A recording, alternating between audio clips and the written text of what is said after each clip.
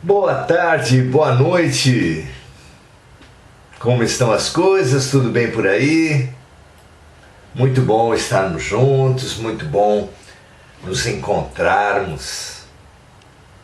Nos encontrarmos nessa vontade de acertar, nessa vontade de compreender, nessa vontade de crescer.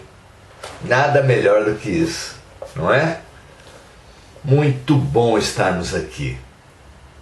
Que assim seja, que assim continuemos.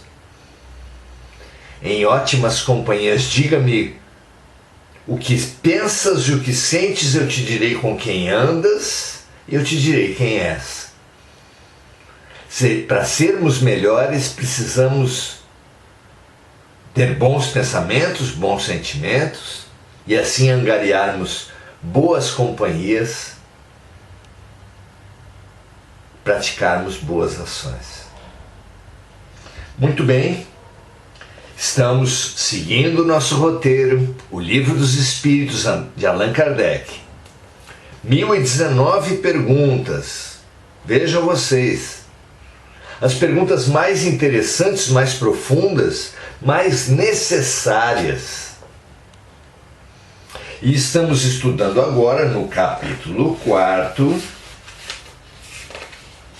as várias existências do Espírito. Hoje, estudando a reencarnação,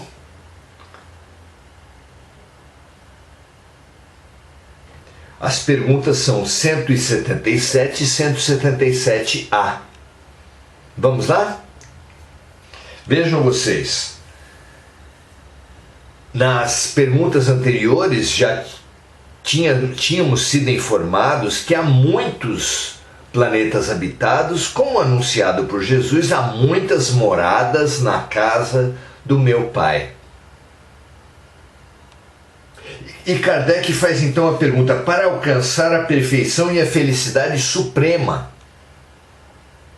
que é o objetivo final de todos os homens, o espírito precisa encarnar em todos os mundos que existem no universo? Vejam, meus amigos, só o universo conhecido, aquele que é conhecido e reconhecido pela ciência, conta com algo como 100 bilhões de galáxias. Na nossa galáxia, contamos com 200 bilhões de sóis, como os nossos ou maiores, como o nosso Sol ou maiores. Pensando que os outros sóis terão o mesmo número de planetas que o nosso, 9 planetas, quantas possibilidades de mundos existem? Teríamos que multiplicar 100 bilhões de galáxias por 200 bilhões de sóis por 9.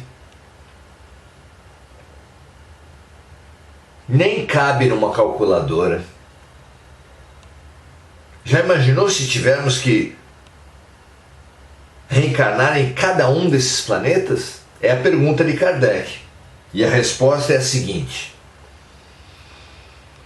não.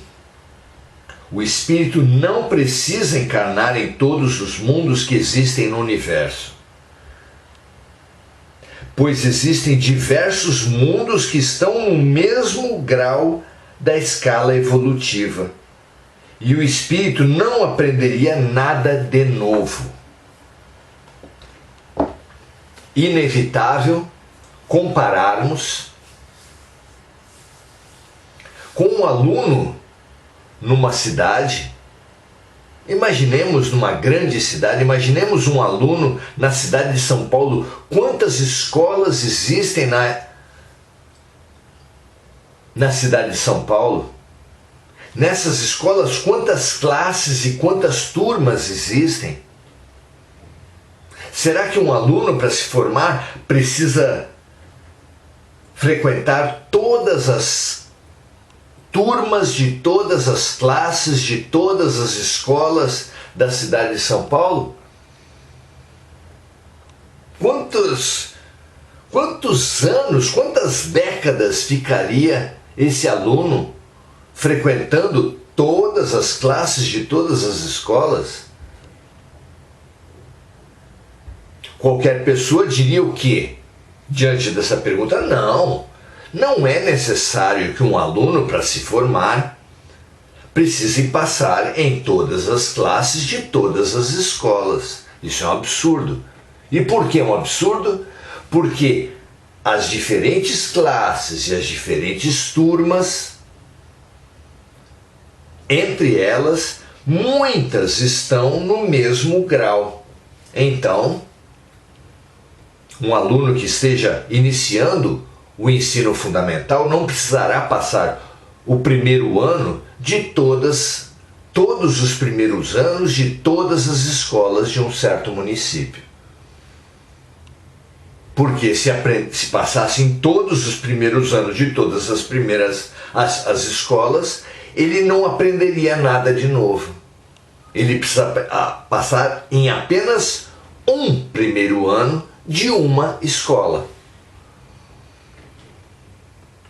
Os espíritos revelaram que os mundos, como as turmas de uma escola, estão separados em mundos primitivos, mundo de expiação e provas, mundo de regeneração. E não precisaremos passar em todos os mundos primitivos, em todos os mundos de expiação e provas, em todos os mundos de regeneração, apenas passar por um desses mundos e extrair dessa passagem todas as lições, todas as curas, todo o aprendizado, toda a evolução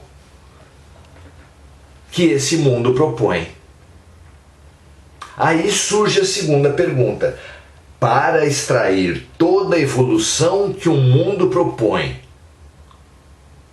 será que apenas uma vida é suficiente? Pense comigo. Será que reencarnar em apenas um dos países, em uma das múltiplas culturas que existem na Terra, nos daria todos os elementos para aprendermos toda a lição da Terra? Se você viesse numa vida, seja como japonês, como brasileiro, como inglês, como africano, alguma dessas culturas daria para nós todo o aprendizado que alguém pode ter na Terra? E mais do que isso, se viéssemos apenas como mulheres, aprenderíamos tudo o que tem a ser aprendido? Se viéssemos apenas como engenheiros, ou apenas como pedreiros, ou apenas como artistas de uma arte, por exemplo, a poesia, alguém acha que numa vida apenas daremos conta de todo o aprendizado que podemos ter na Terra? É daí que vem a segunda pergunta de Kardec do nosso estudo de hoje. Como explicar as muitas existências do espírito no mesmo globo? Por que um espírito precisa encarnar muitas vezes no mesmo globo?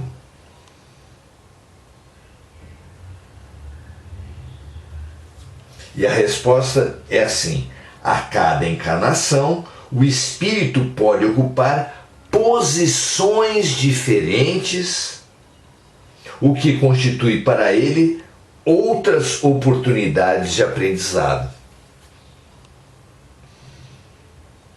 Então é claro, como a nossa própria sensação, nosso próprio entendimento rudimentar consegue entender, para bem vivermos, para extrairmos de um certo mundo toda a riqueza que ele contém, precisaremos passar pelas múltiplas posições que aquele mundo oferece às criaturas.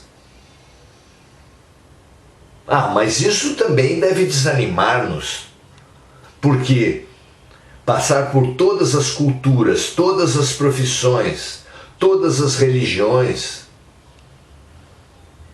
todas as diferentes posições nas classes sociais, isso dá uma multiplicidade de vidas que torna o aprendizado num único planeta muito longo.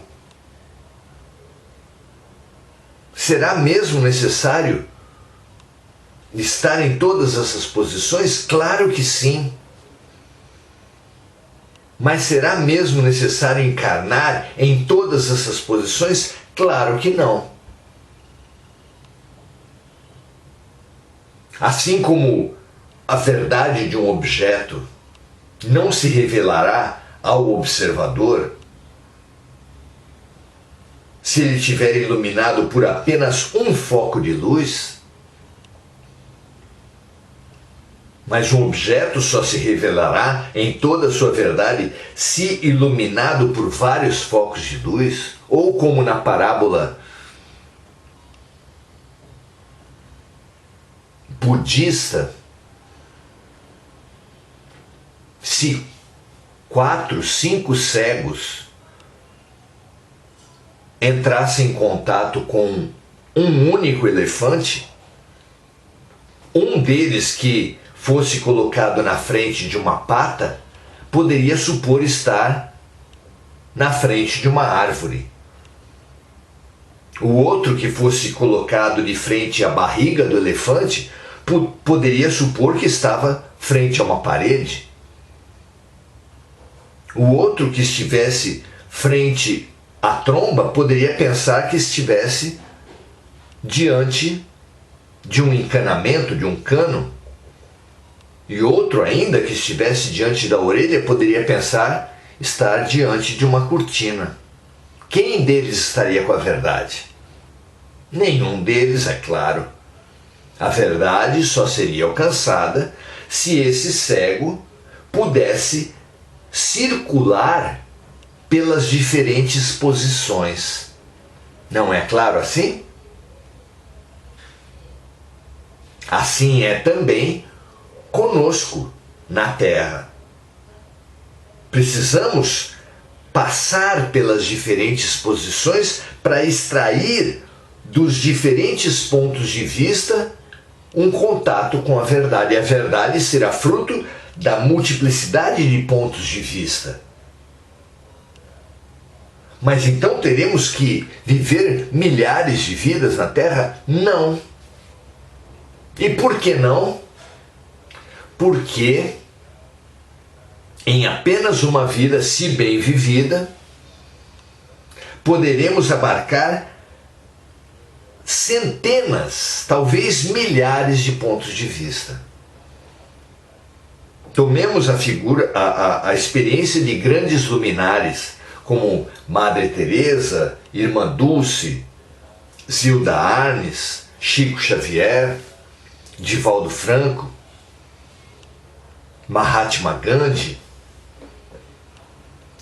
Essas almas conseguiram em apenas uma vida aprender a lição de dezenas de milhares de vidas, talvez centenas de milhares de vidas em apenas uma vida. E como eles fizeram isso? Com a receita de Jesus, colocando-se no lugar do outro, fazendo ao outro que gostaria que o outro nos fizesse. A receita de Jesus é essa, a receita da psicologia é a empatia, colocarmos-nos no lugar do outro. A receita da compaixão é sentir o que o outro sente. Como fazer isso em apenas uma vida? Pelo serviço compassivo, pela prática do bem ao outro, na mesma proporção em que gostaríamos que o outro praticasse o bem em relação a nós. em apenas uma vida, de serviço compassivo, de compaixão, de empatia, de fazer ao outro o que gostaríamos que o outro nos fizesse, iremos aprender, iremos assimilar o aprendizado de diversas posições. Um brasileiro, especialmente num país multicultural como é o nosso, se for compassivo com muitas outras pessoas, pode aprender a lição, o ponto de vista dos orientais, dos africanos, dos europeus. E ele, se for mulher, pode se colocar no lugar dos homens e dos homossexuais. E mesmo sendo rico ou pobre, pode se colocar na posição das raças diferentes. Mesmo sendo de uma certa profissão, pode se colocar na posição de profissões diferentes. E por essa prática, ir assimilando, ir angariando, ir se enriquecendo com os pontos de vista diferentes. Não é maravilhoso isso?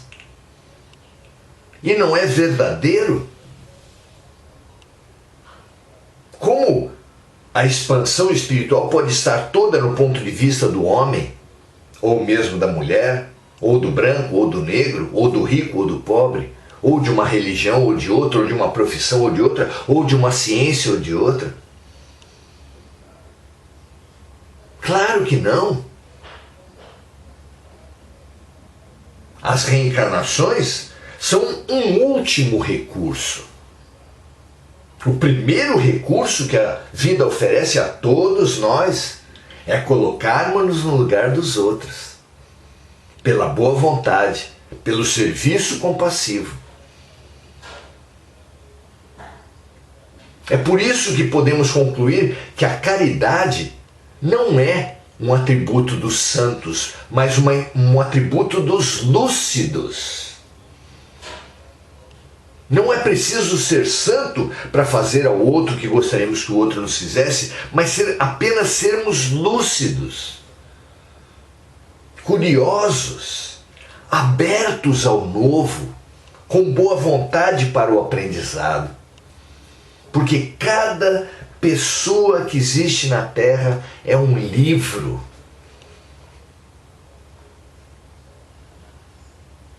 Se você se dedicar a aprender a lição do sexo oposto, você já aprende 4 bilhões de livros. Vejam, meus amigos, como é importante a boa vontade, a compaixão, a caridade, o serviço.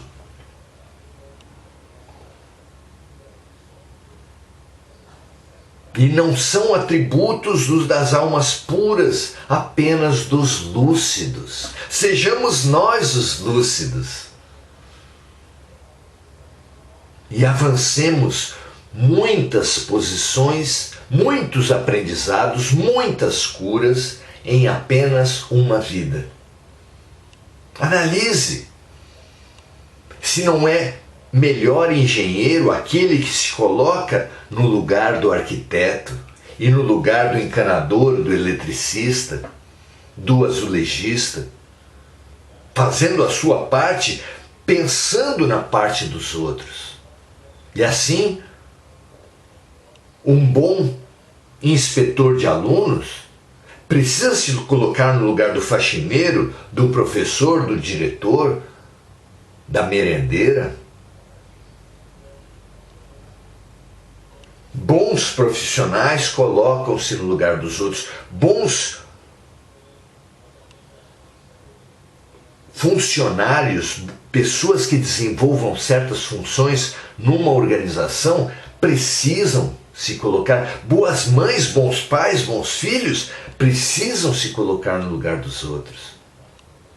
Bons cientistas, porque a verdade é fruto da multiplicidade de ciências, precisam se colocar no lugar dos outros. A receita de bem viver é essa. E a razão de vivermos muitas vidas é essa. Não é preciso viver as múltiplas posições nos múltiplos mundos, mas é preciso abrir-se a essas múltiplas posições. Não é preciso nem mesmo viver as múltiplas posições em múltiplas encarnações no mesmo planeta. O número de encarnações pode ser reduzidíssimo se a alma tiver boa vontade, tiver disposição ao serviço, tiver abertura de alma para se colocar no lugar do outro. Perceber isso é nos tornarmos lúcidos, não puros nem santos, apenas lúcidos. Já estamos com maturidade para nos abrirmos em boa vontade? Paz na terra aos homens de boa vontade, foi o que proclamou Jesus. Habilitemo-nos a viver nessa terra de paz que está se estruturando agora, estimulando, multiplicando-nos em boa vontade. Que assim seja. Vamos saudar nossos amigos. Gugu Souza fala assim: as bênçãos e o agir de Deus, nosso Pai eterno, de amor e bondade em nossas vidas e em todos os seres.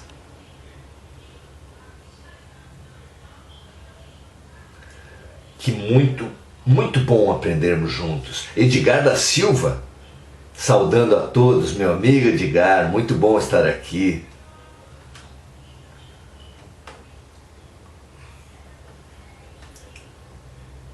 Maria Aparecida Nicolas, Nalva Gorri, Andréa Santos, Roseli Lanziotti. Muito bom estarmos juntos. Cristiane Silva, André Salvatore, Maria José Sobral. Pensem, meus amigos, estimulemo-nos uns aos outros pela suprema alegria de ler cada um desses livros, de sermos disponíveis, curiosos, abertos a sermos úteis a cada uma das pessoas que estão à nossa volta.